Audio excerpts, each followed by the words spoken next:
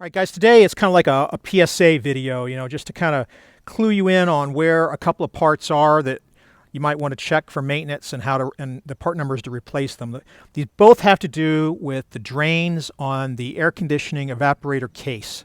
So let's start with the front main air conditioning. So right here is your accumulator. You got your air intake, you got your coolant reservoir, and we're going to find the first one right underneath here, underneath the heater core hoses. So if I come down here where my two heater core hoses are, it's right next to them, right here. And I know you can't see clearly because the hoses are in the way. So I'm going to come up here and I point it's right here where my finger is here. And I'll come down and put a little mirror down here. Hopefully you get another view of this. You can see this elbow that's sitting on there.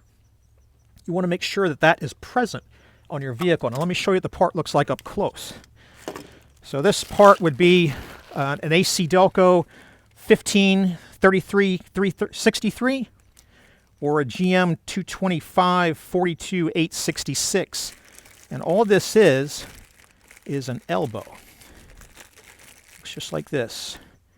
And one side goes on to that pipe that's coming out of your evaporator case, and the other faces down.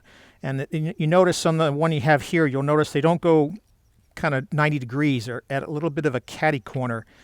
And the reason it's important to have this on here is if this is rotted away or is missing, what can happen if you just imagine this being the pipe that this plugs into, the condensate drip can sometimes run all the way back and begin to go back into the vehicle where the firewall seal is. And eventually when it saturates that, you'll start getting this condensate drip inside the cab area on the passenger side. In fact, if you got a leak in the floorboard, that's one of the possible sources for that. So there's this part. There's really nothing for me to show putting one of these on. They just slide straight on. Just make sure you know where it is, and here's the part that you would need, at least from GM, to replace that. Now there's one for the rear AC as well. Let's go take a look at that. All right, guys, we're underneath the passenger side rear of this Suburban. Would be the same thing in a Tahoe or a Yukon or an Escalade from Cadillac. Here's our exhaust pipe. Here's the rear bumper. Here's our rear body mount. Here's the rear mount for the rear leaf spring. And right above us would be the evaporator case for the rear. And so here you see is the rear nipple that goes on the vent for that piece. So if you're missing this or it's rotted off, this is the next part number I'm going to show you.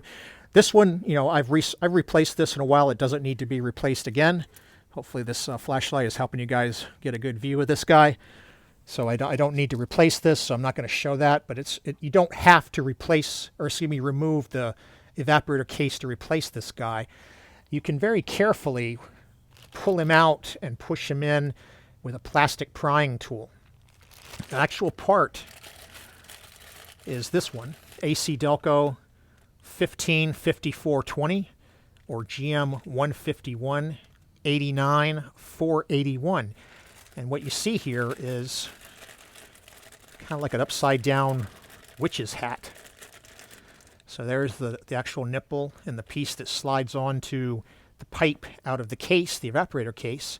And then you've got this wide flange on top of it. And so what I'm suggesting here is if you put some lubricant on this flange, you'll be able to work it in to the seam between the case and the body panel here without even having to remove it. And, unfortunately, I'm not showing that, and I understand some folks, be like, hey, why don't you show that? Because I don't need to do that right now. But it's mostly to show you the location and the part number and have awareness of this and get a little bit closer here maybe with the light. You can kind of see in here the last time I changed this, which is probably about a year ago.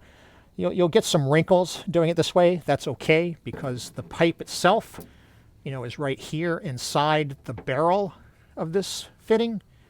So the water is coming down here, and the purpose of this nipple is just to kind of keep critters and debris from getting up in here, yet still let the water come out.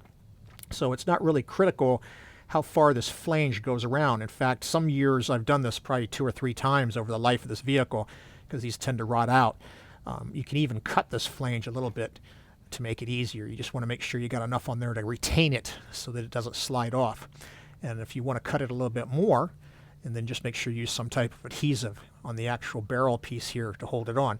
But anyway, that was the purpose of this 2 videos, is to highlight the fact that there are these rubber fittings on both the front and the rear AC evaporator drains, their location, and the part number, so that you might be able to replace them if yours are missing or they need maintenance.